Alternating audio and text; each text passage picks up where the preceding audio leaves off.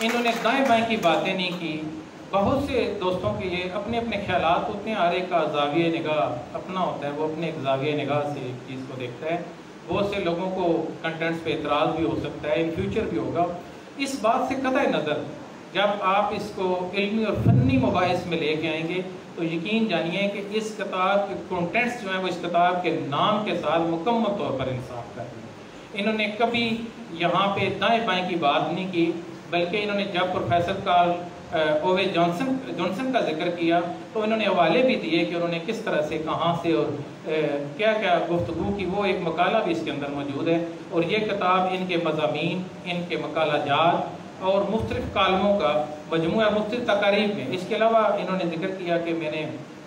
عملی سیاست میں بھی حصہ لی ہے, تو ان کی جو عملی سیاست ہے اس کا بھی جو ان کا تجربات کا نچوڑ ہے وہ اس کتاب کے اندر شامل ہے. سیاست بلا شبہ اصول اور انسان دوستی کا نام ہے. ہمارے خیالات ہمارے مستقبل کی تعمیر کر رہے ہوتے ہیں. میں نے کتاب کے حوالے سے کچھ چیدہ پوائنٹس نوٹ کیے ہیں جن پہ میں بالکل مختصر سی گفتگو کروں گا. کتاب کی تقریب کا ایک جو سب سے بڑا فائدہ ہوتا ہے وہ یہ ہوتا ہے کہ چونکہ یہ بہت دفعہ ذکر ہو چکا ہے کہ ہر بندہ کتاب نہیں پڑھتا, کتاب کا شوق رکھنے والے بہت کم لوگ ہیں معاشرے میں. تو اس تقریب کا یہ فائدہ ہوتا ہے کہ یہ اس کے کنٹینٹس, اس کی جو تحریر ہے وہ ساری جب ڈسکس ہوتی ہے تو جو لوگ نہیں پڑھتے یا نہیں پڑھنا جانتے ان تک یہ چیزیں پہنچ جاتی ہیں اور یہ پھر ڈسکس ہوتی رہتی ہیں, آگے یہ گفتگو چلتی رہتی ہے. اس کا سب سے بڑا یہ فائدہ ہوتا ہے. تو جو چیزیں میں نے اس میں پڑھی یا میں نے جو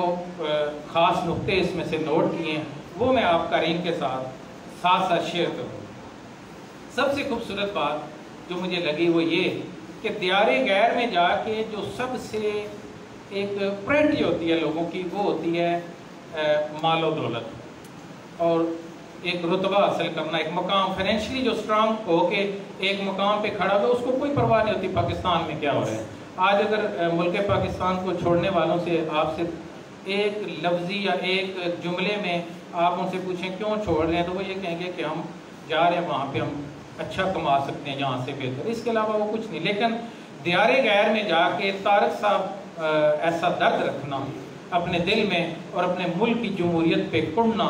اور اس کو پھر لکھنا, میں سمجھتا ہوں یہ انتہائی قابل تحسین عمل ہے. ورنہ انہیں کیا ضرورت پڑی ہوئی ہے کہ ہزاروں روپے لگا کے انہوں نے کتاب پرنٹ کی اور آج تقاریب پہ بھی خرچ کر رہے ہیں. یہ ایک درد ہے ملک کا جس کو دیار غیر میں انہوں نے سہا, انہوں نے اس کرب کو محسوس کیا, ان کا جگر چھلنی ہوا, تب ایک قلم اٹھتی ہے اور وہ اٹھ کے پھر لفظوں کے موتی پر ہوتی ہے. یہ کوئی آسان کام.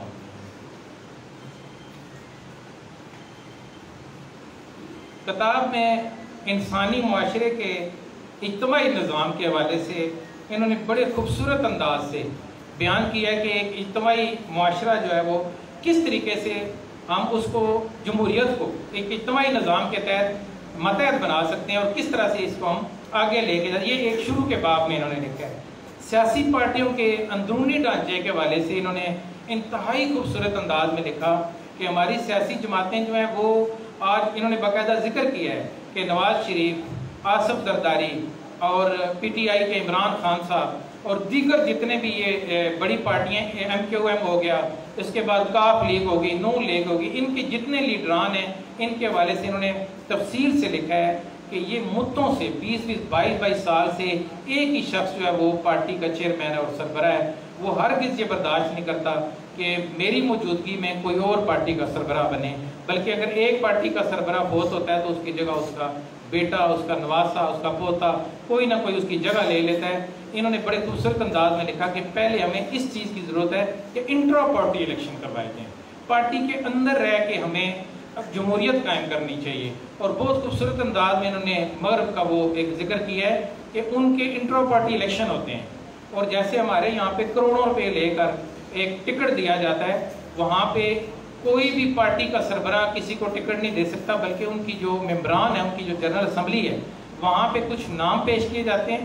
ان ناموں میں سے ایک نام الیکٹ ہو کے اس کو ٹکٹ دیا جاتا ہے. پارٹی سربراہ اس چیز سے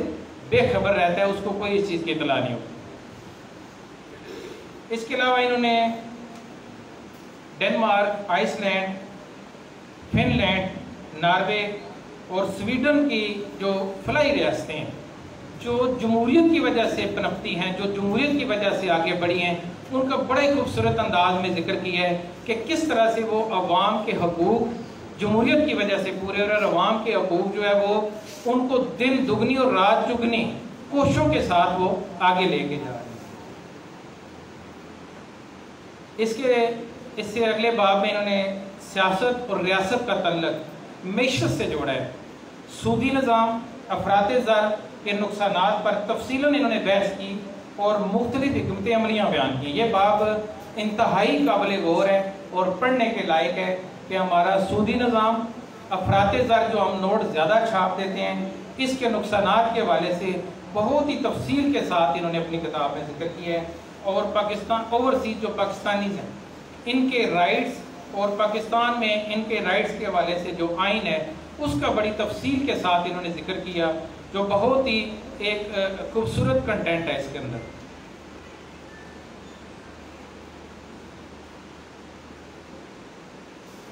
جمہوریت جو ہے وہ بلا شبہ اس وقت پوری دنیا کے اندر یہ لفظ ایک عام شخص سے لے کے ایک خاص شخص تک، ایک چھوٹے سے قصبے سے لے کے شہر تک، اور شہر سے لے کے بڑے بڑے شہروں تک اور بین الاقوامی سطح تک یہ نام الاپا جاتا ہے، لیکن اس پر عمل جو ہے وہ انہوں نے اپنی کتاب میں ذکر کیا ہے کہ وہ امریکہ کی جو جمہوریت ہے وہ دنیا کی اس وقت سب سے مانی ہوئی جمہوریت ہے، کہ وہاں پہ مکمل طور پہ جمہوری نظام ہے اور اس جمہوریت کو دنیا سراتی ہے۔ امریکہ کے حوالے سے یہ جو باب انہوں نے رقم کیا، اس کو پڑھتے ہوئے مجھے کسی وقت میں نے ایک واقعہ پڑھا تھا۔ امریکہ کا صدر ابراہم لنکن جو ہے وہ امریکہ کا صدر بنا، تو جب وہ جنرل اسمبلی کے ساتھ خطاب کر رہا تھا تو پیچھے سے کسی نے آواز کسی، اس نے کہا ابراہم لنکن یہ نہ بھولنا کہ تمہارا باپ موچی تھا۔ تو ابراہم لنکن نے کہا کہ میں تمہارا شکریہ ادا کرتا ہوں کہ تم نے مجھے ایک ایسے موقع پر، ایک ایسے وقت میں میرے باپ دادا کا پیشہ مجھے بتایا ہے۔ میں ابراہم لنکن آج اس اسمبلی سے خطاب کرتے ہوئے تمام دوستوں کے ساتھ جتنے ارکان یہاں پہ موجود ہیں ان سے ملتمس ہوں، ان سے گزارش کرتا ہوں کہ آپ یہ بتائیں کہ میرے باپ نے جوتے گانٹتے ہوئے، جوتے بناتے ہوئے آج دن تک کسی کو ایسا جوتا بنا کر دیا جو ناقص ہو، جس میں کوئی نقص ہو، یا میرے باپ نے کوئی ایسا جوتا مارکیٹ میں لے کے آپ کو پیش کیا ہو جس کو آپ یہ کہتے ہوں کہ یہ 2 نمبر جوتا ہے اور اس کے اندر جو چیز بتائی گئی ہے وہ اس میں موجود نہیں ہے۔ تو مجھے فخر ہے کہ میرے باپ دادا کا پیشہ جو ہے وہ جوتے گانٹنا تھا۔ یہ وہ ابراہم لنکن تھا جو ایک موچی کی اولاد ہوتے ہوئے امریکہ کا صدر بنتا ہے۔ آج ہمارا یہاں پہ سرمایہ داری کا ایک نظام ہے اور سرمایہ داری انویسٹ کرتے ہیں، سرمایہ داری وہ جمہوریت کے لیے کوششیں کرتے ہیں، اور وہ ہمیں سکھا رہے ہوتے ہیں سرمایہ دار کہ اٹھیں، سرمایہ داروں کے خلاف لڑیں، آپ اٹھیں، یہ جو ہمارے ملک میں گندی جمہوریت ہے اس کے خاتمہ کرنا چاہتے ہیں۔ میں کہتا ہوں ہمیں وہ سبز باغ دکھائے جا چکے ہیں، اتنے ہمیں اپنا سبز باغوں کے دکھانے کے بعد کئی دفعہ میں یہ اکیلے میں امیجن کر رہا ہوتا ہوں، یہ تصور کر رہا ہوتا ہوں کہ اب جو نئی جماعت آئے گی،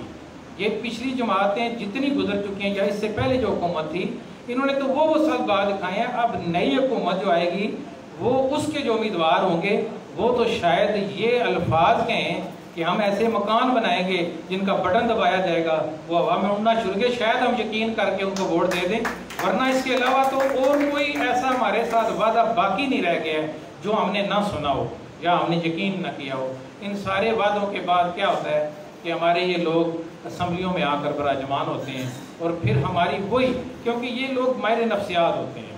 انہوں نے باقاعدہ ان چیزوں کی ٹریننگ لی ہوئی ہوتی ہیں کہ وہ کس طریقے سے ہمیں سب باغ دکھا کے ہم سے ووٹ حاصل کر سکتے ہیں۔ یہ حقیقی جمہوریت تبھی قائم ہو سکتی ہے جب عوام میں شعور آ سکتا ہے۔ یہ کتاب جمہوری حکمرانوں کے لیے نہیں لکھی گئی، یہ کتاب جمہوری جماعتوں کے لیے نہیں لکھی گئی، یہ عوام کی عقل و دانش کو